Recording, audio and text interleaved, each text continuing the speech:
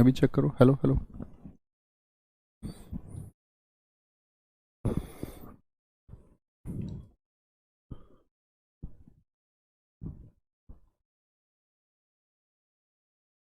जय हिंद दोस्तों, मैं नवीन शर्मा आप सभी का स्वागत करता हूं। आशा करता हूं आप सब एकदम अच्छे हैं, एकदम बेहतरीन हैं। एक बार सारे प्यारे दोस्त बताएंगे आप सब कैसे हैं। उम्मीद करूंगा एकदम बेहतरीन होंगे, एकदम शानदार होंगे। कुमार अमन, विकास बाबू, पंकज, आंचल सिंह, कुमारी काजल मौर्य, उपासना राठौड़, पारुल, कुंती, एसपी, डाकू, प्रत्युंजय कुमार, गौतम, शिखा मौर्य, नंद किशोर, रिंकू मौर्य, सारे प्यारे दोस्तों का बहुत स्वागत है।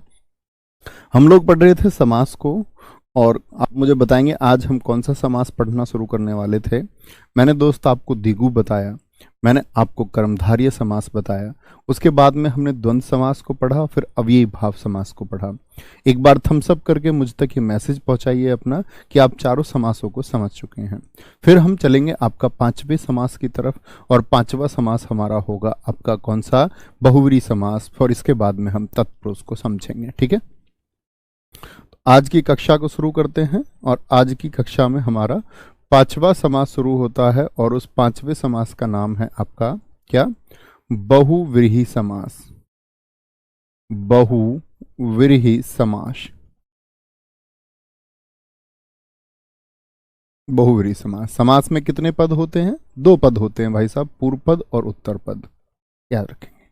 ठीक है, क्या लिखना है? जब पूर्व पद और उत्तर पद, जब पूर्व पद और उत्तर पद मिलकर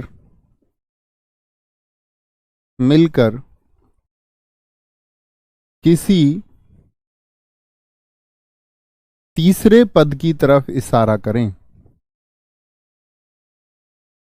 किसी तीसरे पद की तरफ इशारा करें,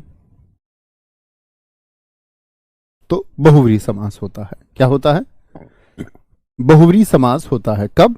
जब पूर्व पद और उत्तर पद मिलकर के किसी अन्य, अर्थात तीसरे पद से बोले, तीसरा पद क्या हो गया, कोई अन्य पद हो गया, यानी किसी अन्य का बोध कराएंगे, किसी अन्य पद का बोध होगा, यानी शब्द कुछ और होंगे लेकिन उनका अर्थ क्या होगा, कुछ और होगा। भैया पहले तत्पुरुष है, नहीं ऐसा कोई क्रम नहीं है कि पहले तत्पुरुष है, क्योंकि तत्पुरुष के भेद हैं, इसलिए मैं उसको लास्ट में पढ़ाता हूं। ऐसे कुछ नहीं है कि पहले तत्पुरुष ही पढ़ना चाहिए, या पहले हमको द्विगु पढ़ना चाहिए, पहले बहुव्रीहि। वो एक क्रम होता है सिर्फ पढ़ाने का, उसके अकॉर्डिंग आप उसको कैसे भी पढ़ सकते हैं। ठीक है, कोई दिक्कत? ऐसा नहीं है कि बहुव्रीहि 6 नंबर पर है तो 6 ही नंबर पर पढ़ना है, ऐसा बिल्कुल नहीं है। ठीक है, पढ़ लीजिए उसको। जब पूर्व पद और उत्तर पद मिलकर किसी तीसरे पद की तरफ इशारा करें। ठीक है जी, तो कैसे शब्द होते हैं जरा देखना और गौर करना मित्र। जैसे एक शब्द मैंने लिखा आप लोगों से, और इसमें अधिकतर जो होंगे ना वो भगवान जी के नाम के उदाहरण होते हैं। किसके नाम के? भगवान जी के नाम के, अधिकतर, सभी नहीं। जैसे त्रिनेत्र से आप मुझे बता सकते हैं कौन से, क्या बोलेंगे? त्रिनेत्र से आप मुझे बता सकते हैं कौन से भगवान जी का बोध होता है? तो आप कहेंगे भैया पूर्व पद त्रि यानी कि 3, और नेत्र यानी कि आपका आंख। तो पूर्व पद और उत्तर पद दोनों मिलकर के किसी अन्य पद की तरफ इशारा कर रहे, यानी कि ना तो पूर्व पद प्रधान रहा ना उत्तर पद प्रधान रहा, दोनों ही क्या हो गए, दोनों ही अप्रधान हो गए। अप्रधान यानी कि कोई भी मुख्य नहीं है, क्योंकि अब इशारा करेगा तीसरे तीसरे तीसरे आपका पद की तरफ। जैसे त्रिलोचन, त्रि माने 3 हो गया, त्रि माने 3 हो गया, और लोचन माने क्या होता है, आप पर्यायवाची में पढ़ेंगे, लोचन नेत्र को कहते हैं। तो क्या बोलोगे? त्रिनेत्र, 3 है नेत्र जिसके, 3 है,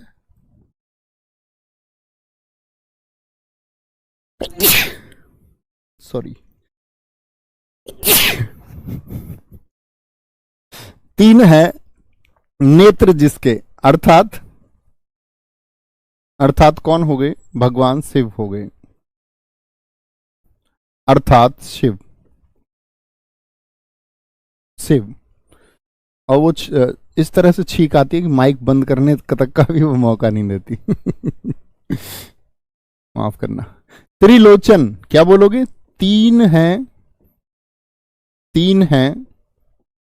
लोचन अर्थात किसको बोलेंगे? लोचन भी नेत्र को ही कहते हैं। तीन है लोचन जिसके, अर्थात ये भी कौन है? शिव ही है, एक ही तो शब्द है। हाँ जी। अब कहने की बात क्या है, आप लोगों को बड़े ध्यान से सीखना है। जैसे इसी को हम त्रिनेत्र, त्रिलोचन, त्रियंब कह सकते हैं, त्रियंबक, त्रिअंबक, अंबक भी आंख को कहते हैं। अब एक मैं प्रश्न पूछता हूं, मुझे बताना त्रिनेत्र में कौन सा समास है?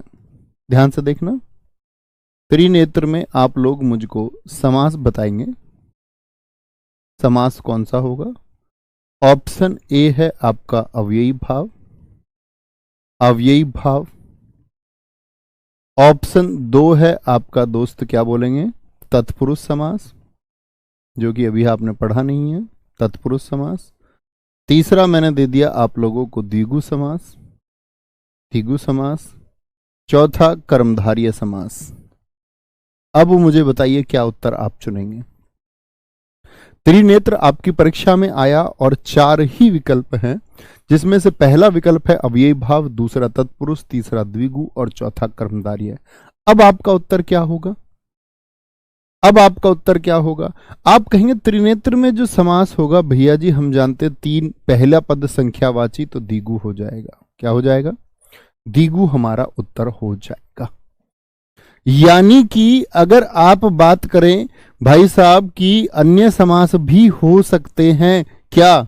बिल्कुल हो सकते हैं, लेकिन क्या याद रखना है, कभी भी यदि कभी भी अगर विकल्प में आपका बहुव्रीहि हुआ तो हमेशा प्राथमिकता किसको देनी है?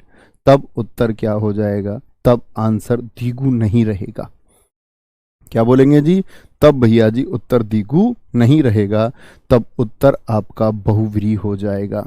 यानी नोट बन के लिख लो, जहां आपको कंफ्यूजन हो, कंफ्यूजन से मतलब ये नहीं कि बेवजह का कंफ्यूजन, जहां आपको लगे कि यह तो अन्य पद की तरफ इशारा करेगा, तो बहुव्रीहि को प्राथमिकता देंगे। किसको प्रायोरिटी पर रखना है? बहुव्रीहि को। किसको प्राथमिकता पर रखना है? जैसे एक शब्द होता है पीतांबर, किसमें पढ़ा था हमने? मैंने आपको बताया था, मैं आपको बताऊंगा। पीतांबर, पीले हैं वस्त्र जिसके, कौन से भगवान जी पहनते पीले वस्त्र? तो पीत माने पीला, अंबर, तो ये तो हो गया क्या दोस्त आपका? पीतांबर की अगर हम बात करें, पीतांबर की अगर हम बात करें तो यह एक पद तो हो गया विशेष्य। देखिए पीतांबर, पीतांबर 2 शब्दों से मिलकर बनता है, एक तो पीत अर्थात पीला और अंबर यानी कि वस्त्र। तो वस्त्र क्या हो गए आपका? जिसके बारे में बात चले वह विशेष्य होता है दोस्त, और जो विशेष्य की तारीफ करे वह क्या होता है? पीला क्या है? विशेषण है। ये आप पढ़ भी चुके हैं। तो एक विशेषण और एक विशेष्य। लेकिन जब बात पीतांबर की आएगी तो कौन से भगवान जी का बोध कराएगा? बोलेंगे भी फटाफट से, बोलेंगे, कोई दिक्कत? तो आप कहेंगे पीतांबर होगा। पीतांबर अर्थात पीले हैं वस्त्र जिसके, ये आप लिख सकते हैं ना। अब आगे पीतांबर यानी कि पीले हैं वो अंबर, पीला है अंबर जिसका, ऐसे लिखना है। पीतांबर, पीला है अंबर जिसका, अंबर अर्थात वस्त्र। कौन होंगे? भगवान विष्णु भी और भगवान श्री कृष्ण भी। ठीक है, अर्थात श्री कृष्ण क्या होंगे? अर्थात श्री कृष्ण होंगे, श्री कृष्ण होंगे। ठीक है, अच्छा। अब ऐसी अन्य शब्द आप लिखिए। आशुतोष क्या भगवान जी का बोध कराते हैं? बोलिए। आशुतोष आप लिखेंगे, आशु बोलते हैं जी शीघ्र को। जैसे ये नहीं हम बोलते ना आशु कवि, जो तत्काल रचना कर देता हो, ऐसा कवि। तो आशु लिपिक होता है, तो आशु का मतलब होता है शीघ्र, जल्दी। तो आशु मतलब शीघ्र, शीघ्र हो जाते हैं जो तोष, तोष का मतलब होता है संतोष को, और यानी कि संतुष्ट। कौन है आशुतोष? तो भगवान शिव हैं, अर्थात अर्थात कौन है? शिव हैं, शिव। कौन बोलोगे? शिव हैं। कोई दिक्कत, कोई परेशानी?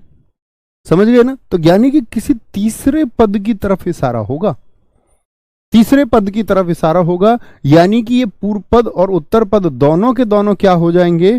दोनों के दोनों हो जाएंगे आपके अप्रधान। क्या हो जाते हैं? ये अप्रधान, यानी कि प्रधान यानी मुख्य पद ये नहीं रह जाते, मुख्य पद हो जाता है तीसरा पद। क्या हो जाता है? तीसरा पद हो जाता है। कोई दिक्कत? चलो जी, अब आगे की बात पर आते हैं।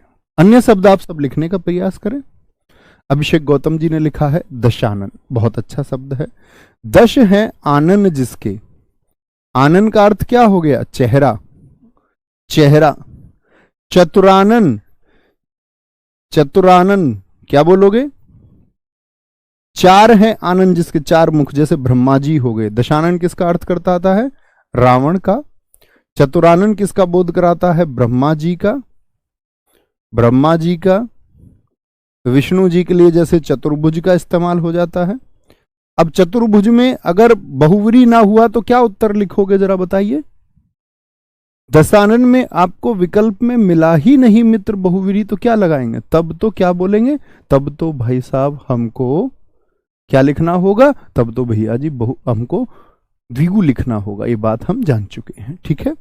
दशानन, 10 हैं आनंद जिसके, 10 हैं मुख जिसके, कौन है? रावण है। 4 हैं भुजाएं जिसकी, कौन है? विष्णु जी हैं। क्या बोलोगे? ये विष्णु जी का बोध कराता है। चतुर्भुज हो गया, चतुर्भुज। रत्न गर्भा, रत्न में है गर्भ जिसके, ये आपको लिखना ही होगा। तो रत्न गर्भा समुद्र का बोध कराता है। किसका? समुद्र का। सुग्रीव, अब देखो सुग्रीव से क्या बनेगा आपका? बड़ा अच्छा शब्द है सुग्रीव। सुंदर है ग्रीवा जिसकी, ठीक है। अब सुग्रीव तो एक पात्र हो गया। अब यहां पर देखें ध्यान से, जैसे मैं कहूं आपसे सु माने क्या होगा? एक उपसर्ग है सुग्रीव, यानी कि अच्छी गर्दन को दर्शाता है। किसको? अच्छी गर्दन दर्शाता है मित्र, या नहीं? सु एक उपसर्ग है। अब मैं इसको गर्दन की तारीफ हो रही है, यानी ये विशेष्य हुआ और ये विशेषण हुआ, तो कर्मधारय समास होगा कि नहीं होगा? बोलो हाँ या ना। अभी तक मेरे अनुसार कर्मधारय है या नहीं है? अच्छा, फिर इसमें अव्ययी भाव होगा या नहीं होगा? क्योंकि एक उपसर्ग भी है। तो मैंने आपसे कह दिया था यदि उपसर्ग हो तो अव्ययी भाव को प्राथमिकता देंगे, लेकिन दिक्कत यह आ गई सुग्रीव के 4 ऑप्शन दे दिए परीक्षा में, कर्मधारय भी दे दिया, अव्ययी भाव भी दे दिया। तो यहां तक तो ठीक है, अव्ययी भाव को प्राथमिकता देंगे भैया आपने बताया, लेकिन तीसरा जैसे ही बहुव्रीहि आ गया तो अब प्राथमिकता किसको देंगे? अब उत्तर हो जाएगा हमारा बहुव्रीहि। समझे इस बात को? बहुत बढ़िया। अन्य शब्द लिखने का प्रयास कीजिए। और क्या क्या आप जानते हैं? सुग्रीव हो गया, जैसे हम हनुमान जी के लिए बोलते पंचमुखी। देखिए आपने तस्वीर पंचमुखी उनकी। पंचमुखी कौन है? 5 है मुख जिसके, कौन है? हनुमान जी हैं। हनुमान जी, हनुमान जी को बोध, 5 हैं मुख जिनके, ठीक है, पंचमुखी बोल देंगे। एक आपका होता है हिम कन्या। हिम कन्या, हिम है जो कन्या, मां पार्वती को बोलते हैं, पार्वती जी को बोलते हैं, ठीक है। हिम है जो कन्या, हिम है जो कन्या, हिम है जो कन्या। नीलकंठ, नीला है कंठ जिसका, कौन है? सब जानते हैं, भगवान शिव होंगे। कौन होंगे? भगवान शिव होंगे। नीला है कंठ जिसका।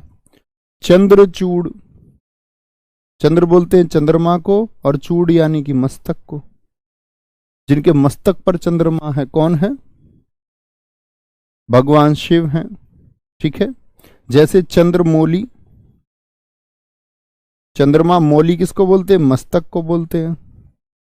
मस्तक पर जिनके चंद्रमा है, चंद्रमा है जिनके मस्तक पर, क्या बोलोगे? चंद्रमौली होंगे। क्या होंगे? चंद्रमौली। फिर आते हैं धारण करने वाले। शूलपाणी, शूल को धारण किए हुए, शूल अर्थात त्रिशूल, क्या बोलोगे? सूल क्या है? त्रिशूल। त्रिशूल, सूल को धारण किए हुए, सूल को धारण किए हुए, तो क्या हो गया? सूल पाणी। अन्य शब्द कौन से बन सकते हैं पानी से, जरा देखिए। ठीक है, सूल पाणी। तो आप बोलेंगे चक्र पाणी। जिन्होंने चक्र को धारण कर रखा है कौन है, जरा बताएं। आप कहेंगे भैया भगवान श्री कृष्ण है, विष्णु जी ने धारण कर रखा है, कृष्ण है। जैसे वीणा पाणी होता है एक शब्द, वीणा को किसने धारण कर रखा है? मां सरस्वती हैं। क्या बोलेंगे? वीणा को धारण किए हुए कौन है? मां सरस्वती हैं। सॉरी, वीणा को धारण किए हुए कौन है? मां सरस्वती जी हैं। कोई दिक्कत, कोई परेशानी इस बात में? अन्य शब्द आप सोच सकते हैं बहुत सारे। गजानन होगा जी, बिल्कुल होगा। अंशुमाली होगा, बिल्कुल होगा। अंशुमाली सूर्य का बोध कराता है। अन्य शब्द आप बोल सकते हैं, मैं बताता रहूंगा आप लोगों को कि आप ठीक कह रहे हैं नहीं। एक शब्द आता है आपका, लिखे, अजात शत्रु। अजात शत्रु, जिसका शत्रु ना जन्मा हो, ना जन्मा हो। ठीक है। मुरलीधर शब्द हो गया, जैसे भगवान श्री कृष्ण जी के लिए मुरली को धारण किए हुए है जो। पुष्प धनवा हो गया, पुष्प धनवा, यानी जिस पुष्पों का जिसका धनुष बना हुआ हो, पुष्प धनवा। सॉरी, अजात सूत्र लिख दिया मैंने, अजात शत्रु, अजात शत्रु। ठीक है, राजेंद्र प्रसाद जी की तरफ इसका इशारा जाता है। मुरलीधर कौन है? भगवान श्री कृष्ण जी की तरफ इशारा जाता है। पुष्प धनवा ये कामदेव हैं, जिनको कंदर पंचर्स के नाम से या पंचसर बोलते हैं पर्यायवाची शब्दों में। ठीक है। महावीर हो जाएंगे, हाँ जी। हनुमान जी हो जाएंगे। गजानन हो जाएंगे, हाँ जी। गज है जिनका आनंद, अर्थात श्री गणेश हो गए, श्री गणेश हो गए। बहुत बढ़िया, वेरी गुड, वेरी गुड, बहुत शानदार। गांडीवधारी बिल्कुल होगा। गांडीव से हम लोग देख सकते हैं कि गांडीव एक धनुष था दोस्त। किसका धनुष था गांडीव? कौन कौन बताएगा? गांडीव उठाओ अर्जुन, अर्जुन का है। ऐसे ही आपका पिनाकधारी हो सकते हैं, भगवान शिव का पिनाक है आपका धनुष का नाम। ठीक है, कोई दिक्कत, कोई परेशानी? घनश्याम बिल्कुल होंगे। तो समझे, एक बार थम्स अप करके मुझे बताएं कि यानी कि भैया जो अन्य पद की तरफ इशारा करे और उसमें से मुख्यतः कभी परीक्षाओं में आता है तो भगवान जी के नाम ही आते हैं और 100% यही आते हैं। ठीक है, बोलेंगे जी, कोई दिक्कत? बोले जी फटाफट से। Very good, very good, very good.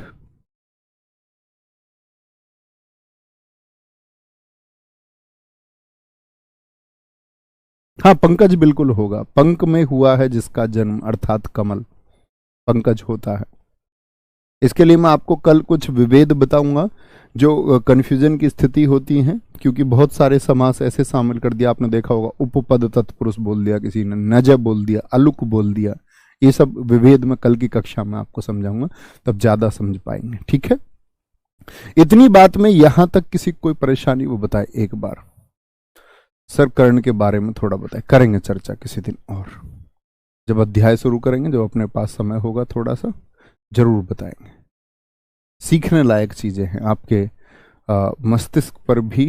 बस मैं एक छोटी सी बात कहूंगा, नो डाउट कर्ण बहुत बड़ा योद्धा है, लेकिन इतनी बात याद कर लेना मित्र कि इस प्रकृति में अगर हम किसी को अच्छा कह दें तो इतना कहने मात्र से वो अच्छा नहीं हो जाता। हमको अपने विचार से, कि हमारे पास एक थॉट प्रोसेस है, जैसे मेरी नज़र में मैं मान लूं कि मेरी नज़र में गांधी जी बेहतरीन इंसान हैं, तो मेरे मान लेने मात्र से वो बेहतर नहीं हो जाते। या मैं बोल दूं कि कर्ण बहुत महान है, तो मेरे कहने मात्र से महान नहीं हो जाते। या मैं बोल दूं कर्ण में बहुत सारी खराबियां, तो मेरे कहने मात्र से। लेकिन एक सटीक प्रासंगिकता होती है जो सच में सही होती है, कुछ तो सही होता होगा। तो आपको ये सीखना होगा और आपको ये जानना होगा अर्जुन सच में श्रेष्ठ है कर्ण से। लेकिन कर्ण हमको अपने जैसा लगता है, क्योंकि जब तक हम स्ट्रगल वाले फेस में होते हैं, जब तक हम निम्न एक संघर्ष से गुजर रहे होते हैं, वो महान भी हो सकता है संघर्ष, तो उस समय हमको कर्ण अपने जैसा लगता है, छिना हुआ सा, कि हमसे कुछ छिना हुआ है, हमारे पास कुछ नहीं है, अभागा है। तो हम अपने दिमाग पे एक पट्टी डाल लेते हैं और जैसा लोग बोलते हैं कि कर्ण महान है तो उसको मान लेते हैं। लेकिन ऐसा नहीं है। जब आप एक अध्ययन करेंगे तो आप ये पाएंगे बैटल ग्राउंड पर अर्जुन श्रेष्ठ है कर्ण से, और सही मायने में श्रेष्ठ है। ठीक है, आगे आएंगे। क्या बोलेंगे? पुष्प धनवा कामदेव हो गए। इतनी बात समझे पहले, फिर आगे चलते हैं। किस दिन चर्चा करेंगे इस बारे में विस्तार से, जब हमारे पास शब्द हो गए। अच्छा जी, छठा समास कौन सा बताया मैंने आपको? और छठा समास आप पढ़ भी चुके हो अगर मैं बोलूं, इसको बोलेंगे तत्पुरुष समास। नहीं भैया, हमने कहां पढ़ लिया ये? भाई साहब आप पढ़ चुके हैं तत्पुरुष समास। अगर मैं आपसे बात करूं कि तत्पुरुष समास दरअसल में होता क्या है, ठीक है, क्या बोलेंगे? वह समास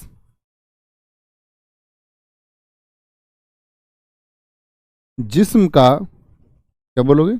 जिसका उत्तर पद प्रधान हो। उत्तर पद प्रधान हो।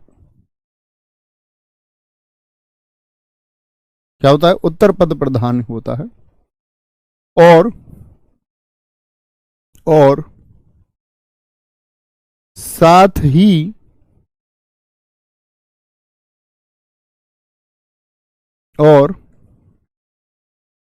ही कारक विभक्ति का लोप हो। कारक विभक्ति का लोप हो। क्या बोलेंगे? उत्तर पद प्रधान हो और साथ ही कारक विभक्ति का लोप हो। ठीक है सर जी, गदाधारी में होगा ना? होगा, बिल्कुल। गदाधारी दो है ना, भीम भी है, हनुमान जी है, तो बहुव्रीहि समास होंगे। बहुत बढ़िया, सारे दोस्तों ने बहुत अच्छा लिखा। कारक में गुरुजी इसको पढ़ा है हमने, बहुत शाबाश। कहां पे पढ़ा था? तत्पुरुष समास को आपने कहां पे? अब नाम आ गया कारक विभक्ति का लोप होगा, तो कारक विभक्ति आप पढ़ चुके हैं या नहीं? तो इसमें सिर्फ आपका दो विभक्ति नहीं आएंगी। कौन कौन सी दो विभक्ति नहीं होती हैं? एक तो कर्ता नहीं होगी, और एक आपका क्या बोलोगे? संबोधन नहीं होगी। तो बाकी कितनी बची फिर विभक्ति? भैया 6 बच गई, याद है ना? कर्ता ने कर्म को करण से संप्रदान के लिए अपादान से अलग अधिकरण में पर संबंध काके की रारेरी, और संबोधन इसमें होगा नहीं, कर्ता भी नहीं होगा। ठीक है, क्या बोलेंगे? कर्ता और संबोधन। लोप का मतलब क्या होता है? अब एक बात समझे, कारक विभक्ति का लोप हो। लोप का मतलब होता है गायब हो जाना, यानी विभक्ति कहीं गायब रहेगी, दिखेगी नहीं, आपको खोज के निकालनी पड़ेगी। जैसे मैं अब आपसे बोलता हूं छोटा सा, मैं देखूं कितने बच्चों को वो कारक याद है। जैसे राजपुत्र में कौन सा कारक मैंने आपको बताया था, ये बता दीजिए। इसमें कौन सा कारक होगा? अगर मैं उत्तर देख पाऊंगा तो मैं समझूंगा कि मेरे छात्र तैयार हैं, और अच्छे छात्र से मैं उम्मीद करता हूं कि वो कभी भी पिछला जो पढ़ाया जा चुका उससे संबंधित कभी प्रश्न पूछा जाए तो वह बताएंगे। तो क्या बोलेंगे? राजपुत्र क्या होगा? तो आप कहेंगे भैया राजपुत्र का अर्थ होता है राजा का पुत्र। राजा का पुत्र। और का क्या बोध होगा?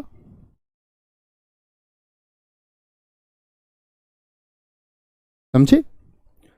तो जब हमने राजपुत्र को लिखा तो का इसमें छिपा हुआ था या नहीं? यानी का इसमें लोप हो गया था? नहीं। कहां पर लोप हुआ था? यहां पर। लोप अर्थात गायब। जैसे बोलते ना कि डायनासोर विलुप्त हो गए, तो डायनासोर गायब हो गए। बहुत बढ़िया, बहुत सारे दोस्तों ने लिखा संबंध है। संबंध क्या हो जाएगा भैया, इसमें संबंध कारक है। मैं बहुत पीठ थपथपाता हूं उन दोस्तों की जिन्होंने संबंध कारक लिखा है, लेकिन ये नाम दिखाइए। इनका नाम है जगन्नाथ पांडे। इन्होंने लिखा है संबोधन कारक है जी इसमें। और कौन कौन दोस्त हैं जरा दिखाइए। बहुत बढ़िया, प्रिया सागर भी कह रही हैं, वेरी गुड, बहुत बढ़िया। ज्यादातर बच्चों का, कुछ कुछ का, लक्ष्मीकांत कह रहे हैं अधिकरण, पॉलिटी कोच लक्ष्मीकांत। हाँ, गोपाल शर्मा कह रहे हैं कर्म, बहुत बढ़िया मेरे दोस्तों। क्या बोलेंगे जी, इसमें होगा संबंध कारक। अच्छा, ये तुम्हारी गलती नहीं है कि तुमको राजा का पुत्र का भी बोध नहीं हो रहा है और फिर कर्म भी कहते हो को।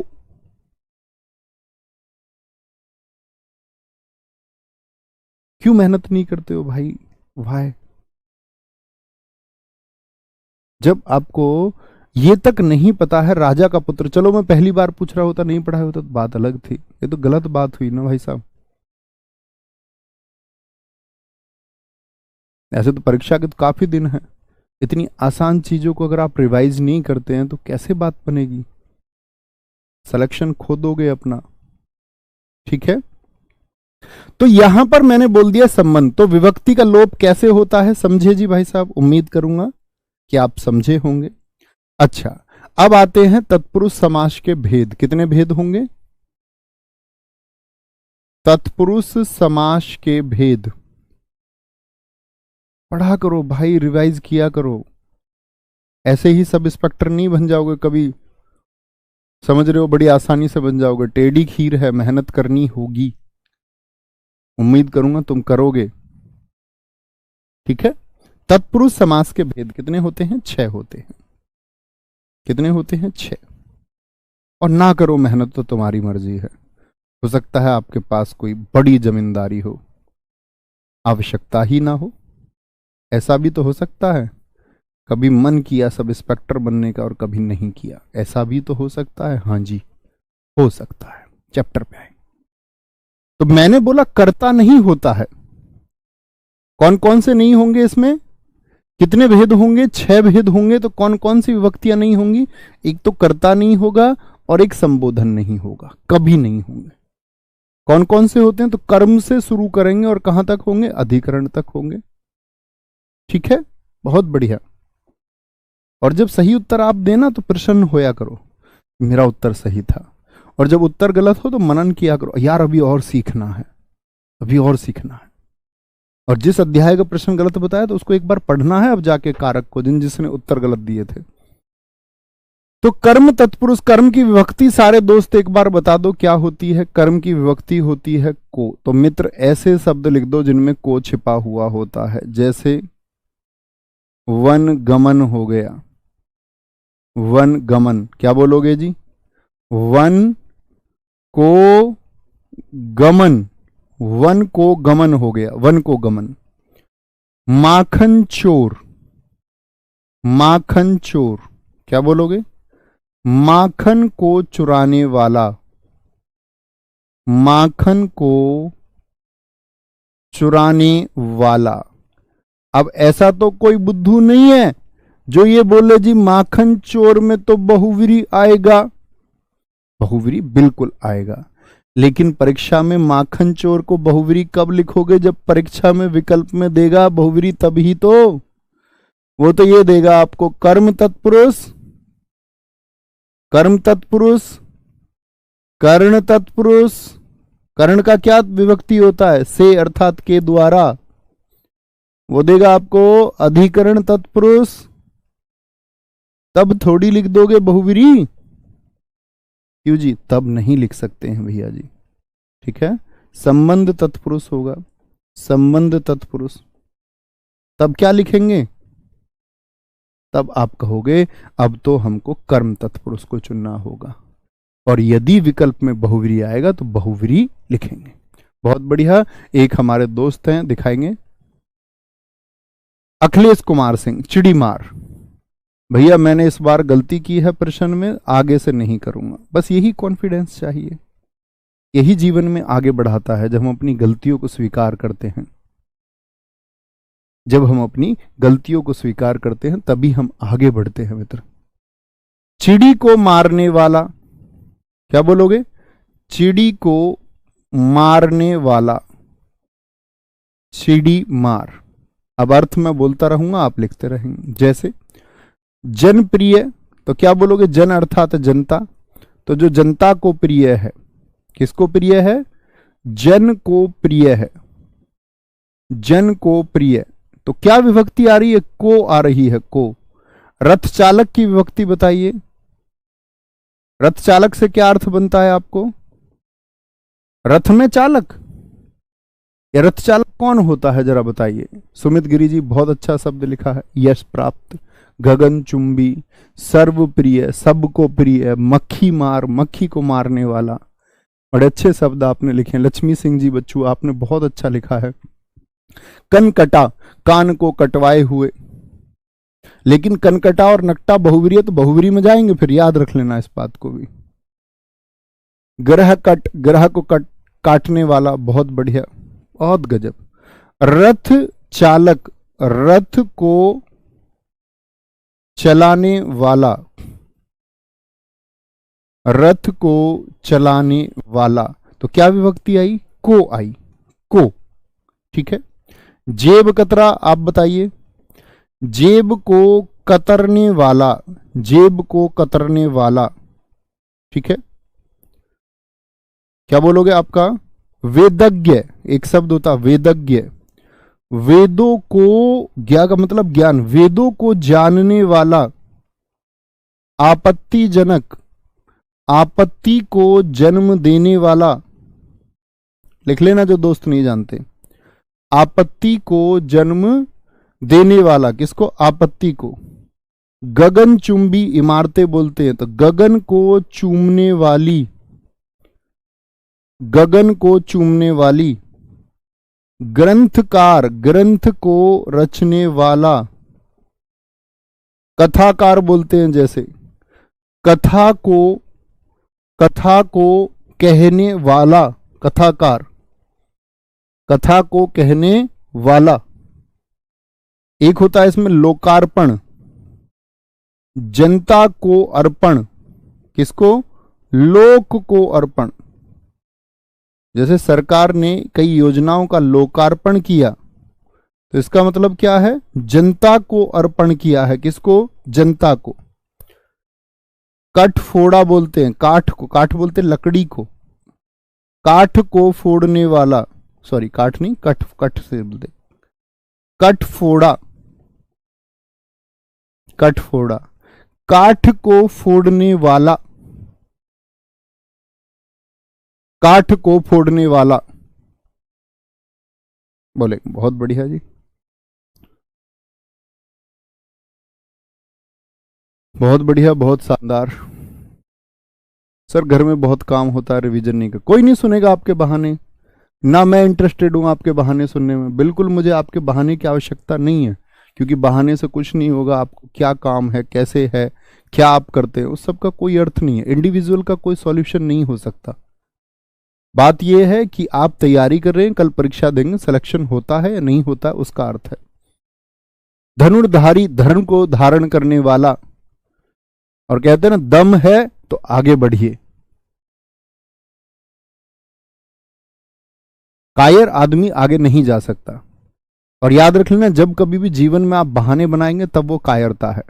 और कायर उसी को कहते हैं जो अपनी असफलता को ढकने का प्रयास करता है, या अपनी असफलता को किसी दूसरे के पास डालना चाहता है, या किसी दूसरे पर उसका ठीकरा फोड़ना चाहता है। जो ये कहता है कि मैं असफल हो गया किसी और वजह से, परिस्थितियों की वजह, वही व्यक्ति तो कायर है। तलवारबाजी अब नहीं बची कि आप किसी को बहादुर या कायर तलवार चलाने से कहे। अब तो स्ट्रगल की, ये संघर्ष की जो रहा है, इस पर कहलाता कौन वीर है और कौन कायर है। और आज आपका लाइफ जीवन ही युद्ध हो चुका है। बोलो जी। तो कभी कक्षा में मुझे ना बताइए कि मैं घर में खाना बनाती हूं, मैं लेट क्लास हो जाती हूं, उसका मेरे से कोई अर्थ ही ना रहा, वो आपका जीवन है कि आप रिवीजन नहीं कर पाते हैं, क्योंकि बच्चों आपको करना ही होगा। और आप बहानों की वजह से अगर कल रह गए, मैं ये नहीं कहूंगा कि बहाना आपका वो बिल्कुल सटीक कारण हो सकता है जो आपके मार्ग में बाधा बनता हो, लेकिन आप असफल हो जाएंगे तो कोई अर्थ नहीं रहा ना तैयारी का। इससे तो बेहतर फिर तैयारी ना होती, फिर तो यही ख्याल आता है ना बाद में, तो बाद में वो ख्याल नहीं आना चाहिए, है ना। काठ का अर्थ क्या होता है? काठ का अर्थ अभी बताया मैंने, देखा, लकड़ी। काठ बोलते लकड़ी। बहुत बढ़िया।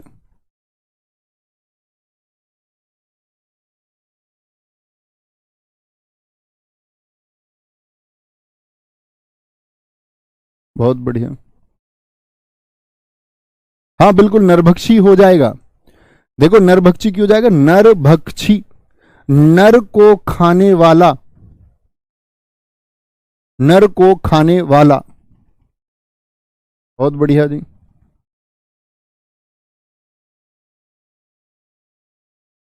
वेरी गुड, आगे चलेंगे। नेक्स्ट है, दूसरा आता है आपका कर्ण तत्पुरुष। एक अच्छा मैनेजमेंट बनाइए अपनी तैयारी का, वो आप ही बना सकते हैं, इस दुनिया में कोई और नहीं बना सकता। कर्ण तत्पुरुष।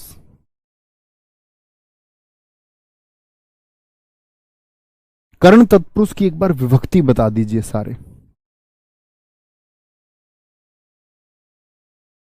हाँ, भूकंप बिल्कुल होगा। भू यानी धरती को कपा देने वाला। Very good. क्या बोलेंगे? कर्ण तत्पुरुष। कर्ण तत्पुरुष की विभक्ति क्या होगी? कर्ण होता है से, याद है ना विभक्ति, या भूल गए? और जिसका अर्थ होता है के द्वारा, के द्वारा। और कर्ण तत्पुरुष में क्या क्या होगा आपका? जैसे मैं बोल दूं स्वयं रचित, अपने ही हाथों रचा स्वयं को, अब तुमसे मिटने का खौफ नहीं। स्वरचित, खुद के द्वारा, या क्या बोलोगे? स्वयं के द्वारा रचा गया। जैसे आप मुझे कोई चित्र दिखाएं, आप कहें कि ये चित्र मैंने स्वयं बनाया है। स्वयं, क्या बोलोगे? स्वयं से रचित, स्वयं, स्वयं से रचित, स्वरचित हो गया। वो जानते हो ना आप उनको, स्वयं श्रीवास्तव कवि हैं। पिछले यूपीएसआई का मुझे याद है, पिछले यूपीएसआई में हम पढ़ रहे थे, तो हिंदी की मैराथन में उनकी एक पंक्ति बोली, उन्होंने उसको कट करके उस टाइम अपने ऑफिशियल अकाउंट पर डाला। स्वयं से रचित यानी कि स्वयं के द्वारा। अब ये स्वयं यानी सेल्फ को है, वो स्वयं नहीं है। कभी उनसे उसका आइडिया लगा लो, स्वयं श्रीवास्तव जी से। तो क्या बोलोगे? स्वयं से रचित यानी किसके द्वारा? स्वयं के द्वारा, स्वयं के द्वारा। मन चाह, जैसे मैं बोलूं मन चाह, तो मन चाह तो किसके द्वारा चाहा? मन से चाहा ना, मन के द्वारा चाहा। ऐसे तो नहीं बोलोगे मन का चाहा या मन को चाहा, क्या बोलेंगे? मन से चाहना। आप चाह रहे हैं किसी चीज को तो मन से चाहा, अर्थात मन के द्वारा चाहा है आपने। सोर्स क्या है? मन है, तो से अर्थात के द्वारा। जैसे रस भरा, तो किससे भरा हुआ है? रस से भरा हुआ है, यानी सोर्स क्या है? रस है। साधन क्या है? रस है। रस के द्वारा भरा, रस के द्वारा भरा, तो के को क्या लिख देंगे? से, रस से भरा। लेकिन से का अर्थ क्या है? के द्वारा, के द्वारा भरा, रस के द्वारा भरा। बहुत अच्छा लिखा मीनू बमनिया। अश्रुपूर्ण, किसके द्वारा पूर्ण है? आंसुओं से भरा हुआ है। पूर्ण मतलब भरा हुआ, अश्रु से पूर्ण है, अश्रु से पूर्ण है। ठीक है, अश्रु पूर्ण हो गया। आंखों देखी घटना मैं बोल दूं, आंखों देखी, तो क्या बोलोगे? कैसी देखी है? आंखों से देखी है, यानी साधन क्या है? किसके द्वारा देखी है? आंखों से देखी है। आंखों से देखिए, कैसे देखिए? आंखों से अर्थात के द्वारा। किसके द्वारा देखी गई है? आंखों के द्वारा। अब ऐसे बोलोगे आंखों की देखी, आंखों को देखी, आंखों का देखी, नहीं जी, आंखों से देखी, आंखों से देखी। ठीक है। गुणयुक्त मैं किसी को बोलूं गुणयुक्त, तो क्या बोलोगे? गुणों से युक्त। लिखिए आप, गुणों से युक्त, गुणों से युक्त। एक होता है दुख पीड़ित, अकाल पीड़ित। किससे पीड़ित है? अकाल से पीड़ित है। अकाल समझते हैं ना, जब पहले दोस्त आपका सिंचाई के इतने साधन नहीं थे तो किसान बहुत बार वर्षा पर निर्भर करते थे, और वर्षा ना हो एक लंबे समय तक तो खेती या उत्पादन में परेशानी आती थी। उसी को हम क्या बोलते थे? अकाल कहते थे, अकाल कहते थे। एक दोस्त ने बहुत अच्छा लिखा है, हस्तलिखित। हस्तलिखित क्या हो जाएगा? हाथों के द्वारा जो लिखित है, हाथों से जो लिखित है, हाथों से लिखित है, हाथों से जो लिखित है। पवन चक्की बड़ा अच्छा उदाहरण है, पवन चक्की। तो पवन से चलने वाली चक्की, पवन से चलने वाली चक्की। अब कोई ऐसा तो नहीं है पवन की चक्की बोल दे। पवन यानी वायु से चलने वाली चक्की हुई ना, तो वायु की क्या अपनी चक्की होती है? वायु के पास क्या उसके अधिकार पत्र रखे हुए हैं? वायु का क्या उस पर अधिकार है? बताइए एक बार। तो आप क्या कहेंगे? भैया जी वायु की अपनी चक्की नहीं है। भाई हम कहते हैं राजा का पुत्र, तो राजा का तो पुत्र हुआ, उसकी अथॉरिटी है उस पर, लेकिन वायु से चलने वाली चक्की है क्या? बहुत बढ़िया। एक दोस्त ने हमारे ने लिखा बहुत अच्छा, क्या? रोगग्रस्त। तो रोग से ग्रस्त है, रोग से ग्रस्त है, लेकिन रोग मुक्त नहीं होगा। जो दोस्त रोग मुक्त लिख रहे हैं, रोग मुक्त किस में चला जाएगा जरा बताना? रोग से तो मुक्त हो चुका, यानी रोग से अलग हो चुका, और अलग हो चुका तो अपादान होगा, अपादान होगा। बहुत बढ़िया। देखो रोग मुक्त नहीं होगा राजीव कुमार जी, मुक्त का मतलब अलगाव हो जाता, अलग हो गया। ठीक है। एक बच्चा अपराध मुक्त लिख रहा है, आप भी गलत हैं, इसका मतलब आपने भी तब अपादान पढ़ा है तो समझा नहीं। अलग को जो दर्शाए वो से होता है, लेकिन वो होता है आपका अपादान से अलगाव। ठीक है। बहुत बढ़िया जी, कोई दिक्कत? तो क्या बोलोगे? के द्वारा। जैसे मैं बोल दूं रेल यात्रा, तो रेल यात्रा क्या हो गई? रेल से यात्रा। रेल, बोलो भाई, रेल से यात्रा बोल दूं क्या? इसको बहुत सारे दोस्त देखेंगे और गलत करेंगे। अच्छा, आप रेल के द्वारा यात्रा कर सकते हैं क्या? मुझे एक बार बताएं। कभी लिख मत देना, रेल से यात्रा नहीं होती, रेल पर यात्रा होती है मेरे दोस्त। रेल बोलते हैं हम लोग, बोलते हैं रेल, हम क्या समझते हैं? रेल माने रेलगाड़ी? नहीं, वो तो ट्रेन माने होती है। ट्रेन यात्रा लिख दे तो ठीक होगा, लेकिन ये रेल, रेल का मतलब होता है पटरी। पटरी से यात्रा नहीं होती, पटरी पर यात्रा होती है। क्या बोलोगे? आप सड़क से नहीं चलते, आप सड़क पर चलते हैं। ऐसे ही पटरी पर, वो अधिकरण में आएगा, अधिकरण में आएगा। ठीक है। जैसे मैं कह दूं आपका एक शब्द होता है आपका पवन चक्की हो गया। किसी लेखक को ले लीजिए, बिहारी चरित्र, जयशंकर चरित्र, बिहारी, बिहारी रचित, तो किसके द्वारा? बिहारी के द्वारा रची गई है, बिहारी के द्वारा। रत्न जड़ित एक शब्द होता है, रत्न जड़ित, रत्नों से जड़ा हुआ, रत्नों से जड़ा हुआ, रत्नों से जड़ा हुआ। किससे जड़ा हुआ है? रत्नों के द्वारा जड़ा हुआ है, रत्नों के द्वारा। ठीक है। रेल यात्रा बड़ा चर्चित रहा है, मैं इसको लिखा चुका हूं पिछली बार, रेल के द्वारा, लेकिन बाद में मुझको खुद ही बोध हुआ था इसका कि नहीं, एक समय पर होता है। ये दो शब्द मैं बड़े बाद में समझ पाया। एक तो रेल यात्रा, इसके लिए बड़ा अध्ययन करना पड़ा, और एक था कन्यादान। ठीक है। बोलेंगे? कोई दिक्कत, कोई परेशानी? हाँ, रेल के द्वारा क्या बोलेंगे भैया? पटरी के द्वारा कोई यात्रा नहीं हो सकती। अच्छा, आप एक बात बोले, मैं बोलूं सड़क यात्रा, तो क्या बोलेंगे? सड़क पर यात्रा या सड़क के द्वारा यात्रा? यात्रा तो आपके द्वारा की गई है, सड़क पर हुई है। ऐसी ही वो किस पर होती है? पटरी पर होती है, रेल पर बोलते हैं उसको। ठीक है। क्या बोलोगे? रत्न जड़ित हो गया, कोई दिक्कत, कोई परेशानी? कोई दिक्कत, कोई परेशानी? तीसरा आता है हमारा, कल हम यहां से शुरू करेंगे। तीसरा आएगा हमारा, तीसरा बोध आएगा। ये किसके भेद पढ़ रहे हैं हम? तत्पुरुष के। और तीसरा है हमारा संप्रदान। और एक बार जिन दोस्तों ने आज गलत उत्तर दिए, संप्रदान तत्पुरुष समास, जिन हमारे भाई साहब या बहनों ने गलत उत्तर दिए ना भैया, प्लीज एक बार कारक को पढ़ लेना। गलती नहीं होनी चाहिए, है ना?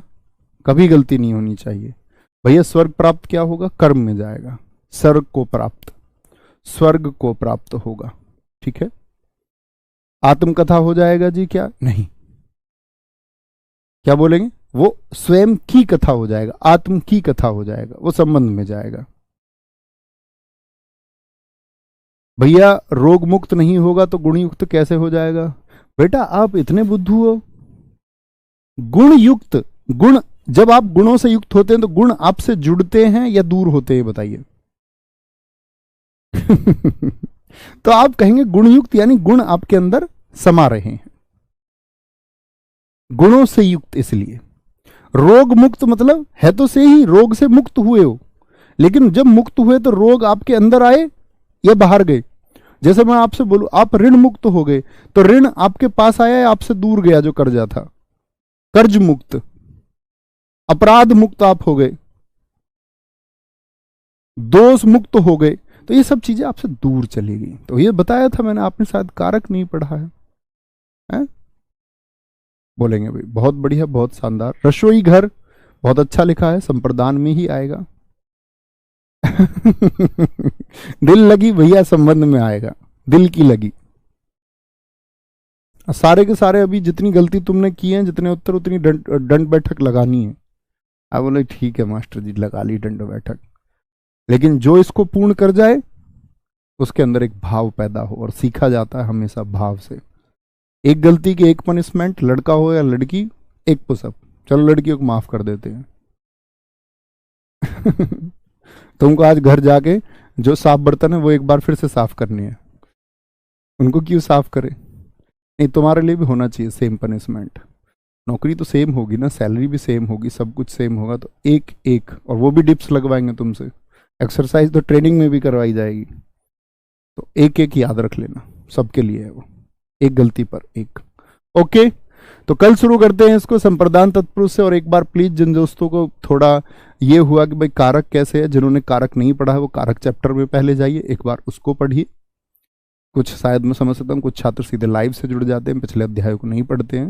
मैंने देखा कुछ कुछ बच्चे गलत गलत उत्तर लगा रहे थे। ख्याल रखिए। जय हिंद, जय भारत, जय मां सरस्वती। Thank you.